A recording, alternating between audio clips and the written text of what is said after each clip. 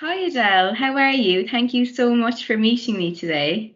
Hi, Kate. Thanks very much for asking me to come and speak to you today about this. It's great to have you on and to speak to our audience about brain health and Alzheimer's disease as such a prevalent disease in Ireland, as you know. And I suppose I just wanted to ask you a few questions to inform our audience a bit more about this topic. And I suppose, Absolutely, yeah. yeah. I suppose I'll just jump right in with the first Okay, yeah. question. So in your opinion or from your knowledge, what is brain health and why is it important? So I suppose when people think of brain health, they tend to think a lot of the time like about more severe issues like dementia and brain health concerns that affect people slightly later in their life. And quite often they feel that these sorts of concerns don't apply to them.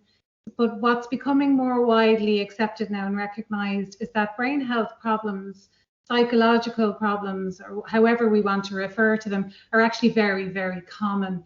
There's a myriad of problems, and there's a spectrum of brain health problems. So there would be a lot of people who struggle with their thinking, and they feel that their brain's not working the way it should. Sometimes we refer to that as brain fog, and there can be a number of different issues for brain fog. It's commonly seen in practice with nutritionists. The next issue would be mood-related issues, and they fall into a couple of categories. So, mild, low mood, all the way down to full-blown depression, or there would be things like anxiety and hyperactivity. And finally, then, of course, we have problems around what we might call cognitive decline. And beyond cognitive decline, we have Alzheimer's disease. So cognitive decline itself kind of has two main forms. There's subjective cognitive impairment. So that's kind of where somebody feels like the brain's not working the way it should, but actually when they're tested for cognitive issues, they actually perform quite well. And people often refer to those sorts of episodes like senior moments of forgetfulness, but there's no formal diagnosis. And then we would have mild cognitive impairment. So that would be when testing does show some deficits or some decline around memory, for example. But those people oftentimes can still function and look after themselves. And then kind of beyond mild cognitive impairment, we would have dementia, and Alzheimer's disease is one form of dementia. But I think what the general public and what we need to be kind of cognizant of is that brain fog and lack of ability to concentrate, low mood, anxiety, depression, they're all kind of flags to us and symptoms that deeper issues are happening in the brain and within the body. So often multiple different things are going on that might be causing that. And often those kind of symptoms can be the precursor to more serious brain health issues later in life. So it's very important if you do have any of those brain health concerns to take action early, and diet and lifestyle choices can have a huge influence in that situation. Yeah.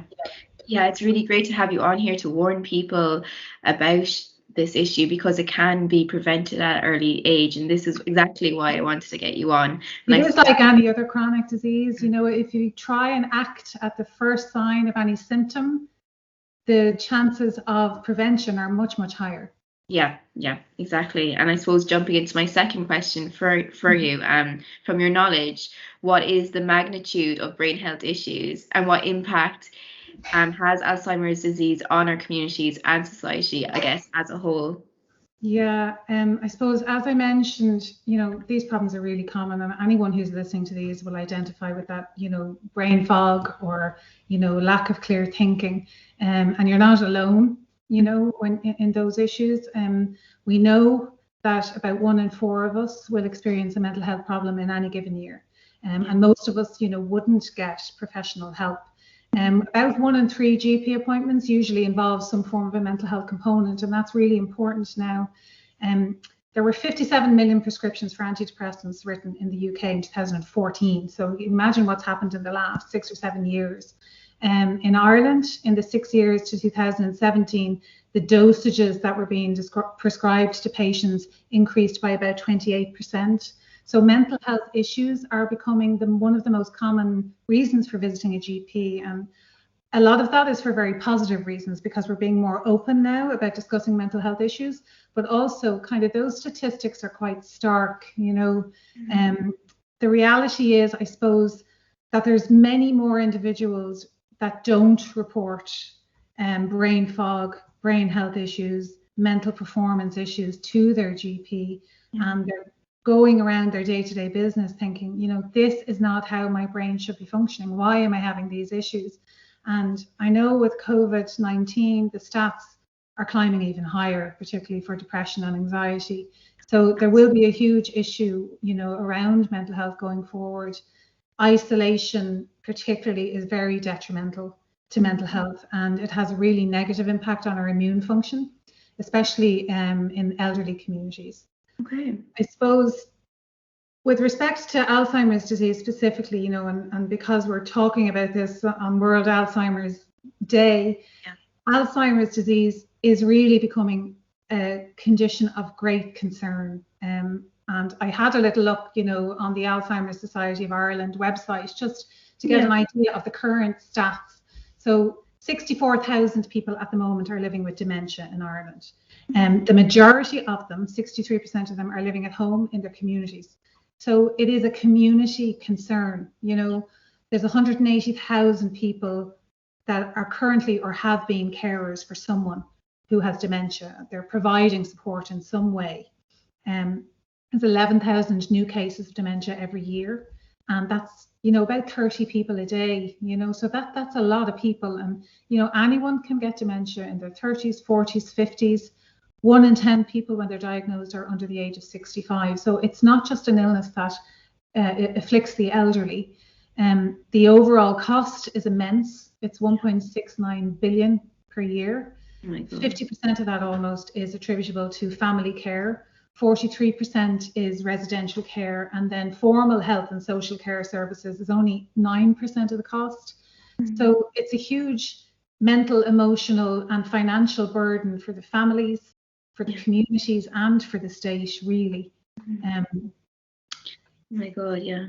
It's a huge issue, and it's going to be a bigger issue going forward. I mean, usually in Ireland, we kind of tag on to a lot of the conditions that become prevalent in the UK. We would follow suit or follow the United States. And the statistics worldwide for Alzheimer's disease, it's the most frequent cause of dementia, Alzheimer's disease. There's 30 million people affected worldwide with Alzheimer's disease, and that's predicted to be about 160 million by 2050. So it's going to be a big issue. It's the third leading cause of death in the USA. It's the leading cause of death in the UK, aside from, you know, if we take the COVID numbers out. And what I kind of wanted to stress, and for people who are listening to that, 65% of those affected are women. You know, a woman in the Western world has a higher chance of developing Alzheimer's disease than she does of developing breast cancer, but it doesn't receive the same level of focus.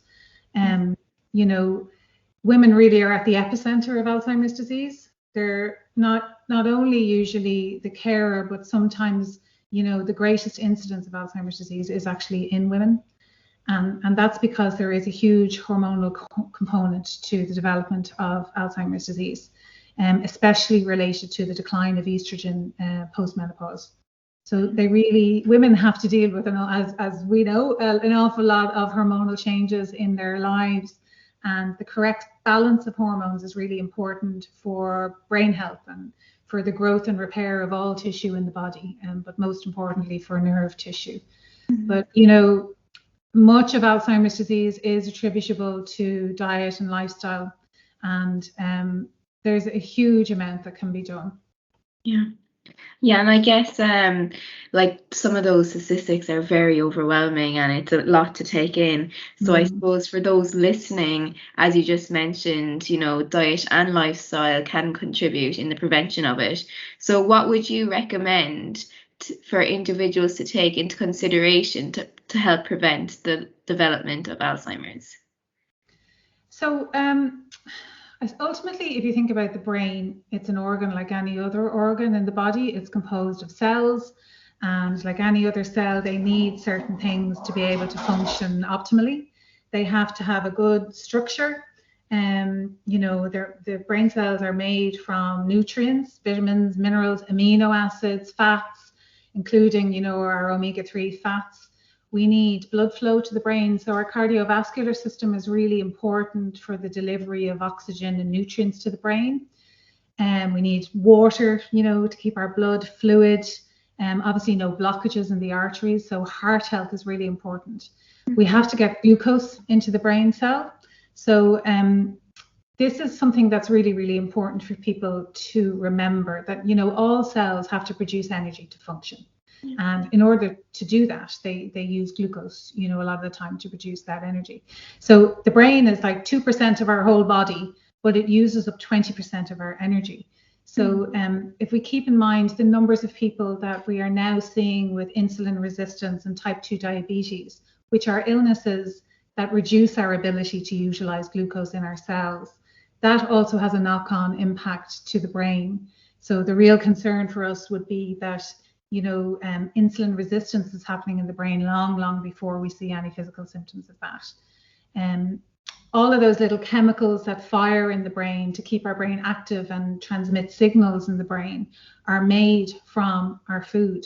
We take in our food, we digest, we absorb it, and we break it down. And then we reconstitute that food to repair tissue and to make neurons and to make neurotransmitters, which are the chemicals that allow our brain cells to communicate with each other. So for example, acetylcholine, that's a neurotransmitter that allows our neurons to speak to each other, is made from choline. And we get choline in our diet from things like eggs. Our happy hormone, serotonin, is made from tryptophan. And we get that in our diet from things like chicken and turkey and fish. But I suppose from the point of view of action that people can take, there's a number of different factors, that really affect brain function. And would you like me to go through those? If you could, maybe just a few actions, if you would like. Okay, so your genetics obviously are kind of fixed. You're born with your genes. But I had a great lecturer in college who used to say, your genes are just the blueprint. How those genes express depends on the environment that you bathe them in. And the environment that you bathe your genes in is pretty much determined by your nutrition and lifestyle choices. So as I said, nutrition is hugely important. It comes back to how our nutrition influences two major things: our gut health and our metabolic health. Now, our metabolic health is how we process food, what our blood sugar levels are, what our cholesterol levels are, how our blood pressure is, how our waist circumference is, if we're overweight, carrying weight around the middle. Diet, like I said, gives us the raw materials for making neurotransmitters. It gives us the raw materials for repairing, regenerating brain cells. It gives us vitamins and minerals. And also all of our hormones are made from cholesterol that comes in through our diet. So how well we digest and absorb food and the food that we eat is really, really important for our brain health. When we eat is also really important. So a lot of the research shows that fasting or time-restricted feeding can be very beneficial for brain health. So we would recommend, you stop eating at least 3 hours before you go to bed and fast overnight for a minimum of 12 hours. Because when you do that, it allows autophagy to happen. And this is a thing we call it, it's like, housekeeping for the brain when you're asleep. And if you're not digesting food while you're asleep, your body has a greater ability to clear out waste. Optimizing your gut health is really, really important. So I do believe that an awful lot of health concerns start in the gut. So a healthy gut is really important. Sleep is hugely important. It's one of the most underrated lifestyle factors that there is. From the brain's perspective, when we're asleep, we secrete growth hormone. And you might think, okay, well, I'm an adult, I don't need to be growing anymore. But actually, once you've reached full adult height, we still secrete growth hormone because it's really important for regenerating and making new muscle, strengthening bone, and the regeneration of brain cells. And like I said, while you're asleep, autophagy happens. And one really important thing happens when you're asleep: you break down fat. So, good quality sleep, 7 to 9 hours of good quality sleep is very important.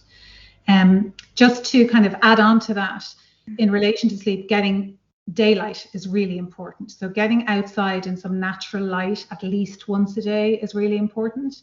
It supports happiness, because when we expose our eyes and our pineal gland to light, we make serotonin. And then in low light, that serotonin we've made during the day is converted to melatonin, which really helps us to sleep. Okay. That's very interesting. Yeah. I would say also, on top of that, stress management is hugely important. So obviously stress is unavoidable, and a certain amount of stress is necessary for us to feel fulfilled in life, but active stress management techniques are really important for preserving brain health. We do know that cortisol, the hormone that we excrete when we're in a stress situation, is very damaging to the hippocampus, which is the area of the brain associated with short-term memory. So finding whatever activity suits you, be it meditation, body scanning, forest bathing, walking in nature, laughter, whatever it is, something that helps you decompress, and do it as often as you can. Kind of commit to it and schedule it into your day. Try and do it daily if possible. The other thing I would recommend is physical activity. So I spoke about blood flow and delivery of oxygen and nutrients to the brain. So any physical activity will increase blood supply to the brain, which is, really important. But it also increases something called BDNF, which is called miracle grow for the brain. So it improves brain function and it helps in the development of new brain cells. Brisk walking is a great start, but keeping in mind that as we get older, strength training is really important, and weight bearing exercise for our bones and things like that. So I've just rejoined the gym post COVID, and I am feeling it today. That's great though. I think finally then, like, the most important thing to kind of wrap up everything together is the brain training aspect. So, use it or lose it is essentially it. You have to keep your brain active, challenge it every day, stay engaged, do simple things like brushing your teeth with the other hand, changing your position while working, sitting, standing, walking around regularly, challenging yourself, learning to play a musical instrument, for example, or learning a new language. There's lots of things we can do, like Sudoku and crosswords, but if you've always liked them, you need to find something else. You have to do something kind of outside your comfort zone, Yeah. And I would say the overarching effect that's really beneficial for everybody, taking all of those other things into account, and we know this now in the post-COVID era, hopefully, is human contact. It's so important. Human contact is essential. Community, connection, doing good work for other people, volunteering, all of these things have a really positive impact on our brain health. And one other thing, if you like it, music, because music really does trigger certain centers in the brain to bring us happiness. Yeah. Oh, thank you. I know now that this is, for a lot of our viewers, a very heavy topic, but I think it's just so important to be informed so we can then make those necessary changes. So down the road, really important to take, especially in relation to Alzheimer's disease, is that we've always been told there's nothing that can be done, that if the brain is damaged, that's it. We now know that our brain is plastic all our lives. So as soon as we can take action, there are things that we can do to try and help recover some of that brain activity, and even to stop the progression of things if they have started. Yeah, but there's definitely hope. There's definitely things you can do. Yeah, I was just going to say that's a very hopeful message. So it's not the end. There is things we can do to help this. Yeah. So thank you so much for coming on and discussing this with us. It was very, very informative. Thank you. Oh, you're welcome. Thank you. Thank you.